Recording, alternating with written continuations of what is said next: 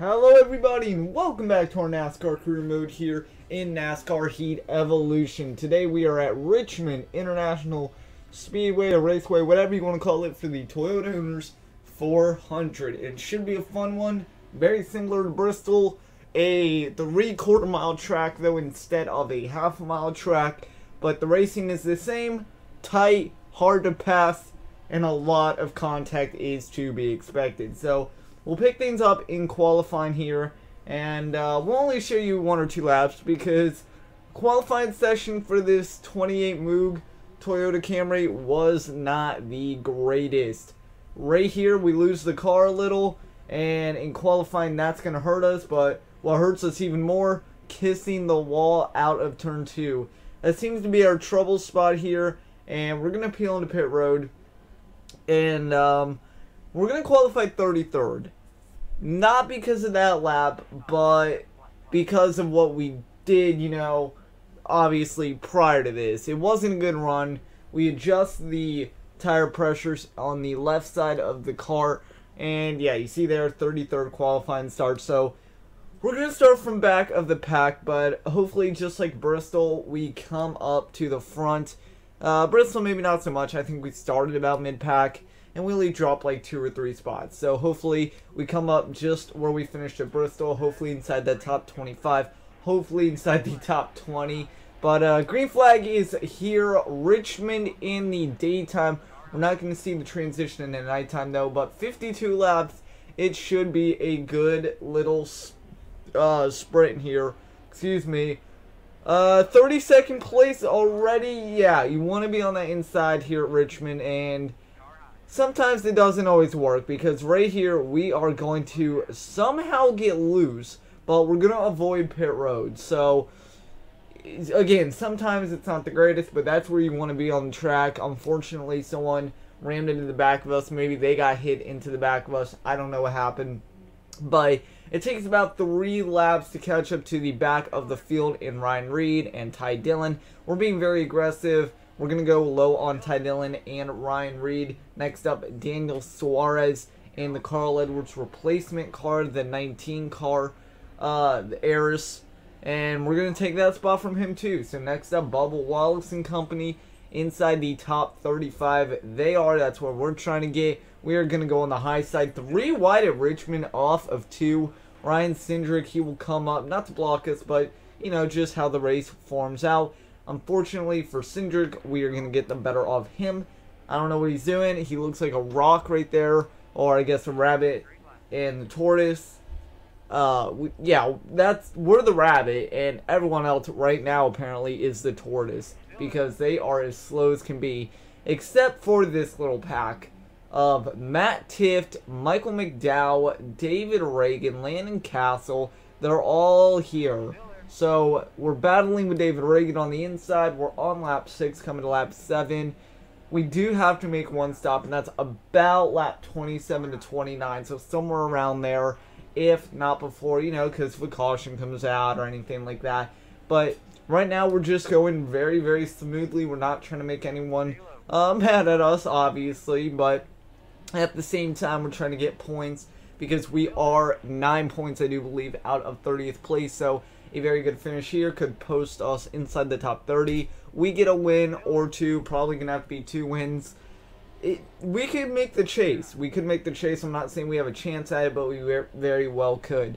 So hopefully that is obviously in our, not our mirror, but in our windshield. We're looking forward to that. So right there we give a little bump and run to Michael McDowell, that 95 car, and by lap number 9, after lap 1 incident, by lap 4 we catch the field. Lap 9, 6 or 7 laps later, we are running inside the top 30.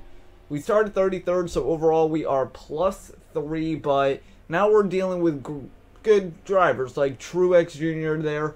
We're going to see guys like Kenseth, although he's not on the lead lap. We're going to fast forward to lap 25. We're going to see good drivers, and that's because they have lapped us. Unfortunately for them, a caution comes out. I have no idea what happened, but I do know that we are sitting in 22nd place, and we are actually the first car a lap down. Don't ask me how we got there. I don't know. Other guys made pit stops. Stanek, I think, stayed out, though. We've had, it seems like past 2 or 3 weeks, we're always behind her. It's going to be in front of her now. And we're going to get the free pass. So, out of the caution around lap 27, 28, we're going to fast forward to lap 45. You see we have a little aero damage. We slammed into the back of, I believe it was Ryan Blaney. I might be mistaken, but I believe it was Ryan Blaney.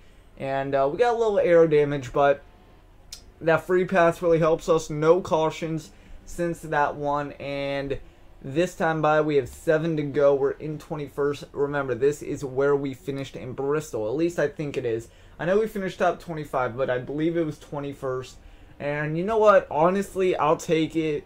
We have a little aero damage, but I haven't seen anyone that could compete with us, at least in the last 20 laps.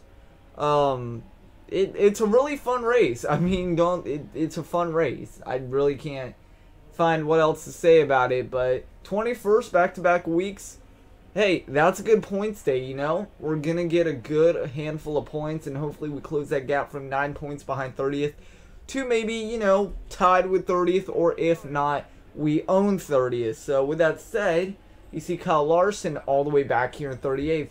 I don't know what trouble he had during the pit stop or any other trouble. You know, tire changer messed up, slipped, fell. He got a penalty for whatever reason. I'm very shocked to see him back here. Usually Larson's one of those guys. Obviously he's a young gun in NASCAR right now. He's running inside the top 10 every week, it seems like. But here, Richmond, 38th. Landon Castle, yeah, he's 26th. He's actually not even for position as well. So, we don't have to fight these guys, but we want to get past them. I feel like we could get a top 20.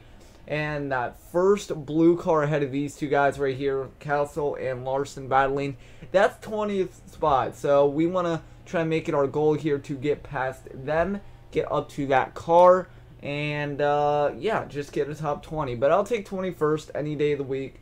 Don't ask me twice with this kind of car. I believe next week is Sweet Home Alabama, Talladega, Alabama, for the Geico 500. It's going to be a long race, just like the Daytona 500. 13% I believe we run at right now. It's going to be a very long race, but it should make for some good racing. You know, Talladega, obviously, the only question is, it's not if the big one's going to happen, it's when the big one happens. And then as a side question, how many cars are going to get involved. So, hopefully we have the horsepower to keep up with the other guys. And it should be a lot of fun. Coming to the final lap here at Richmond for the Toyota Owners 400. Shout out to all the Toyota owners, including myself. I own a RAV4 in real life.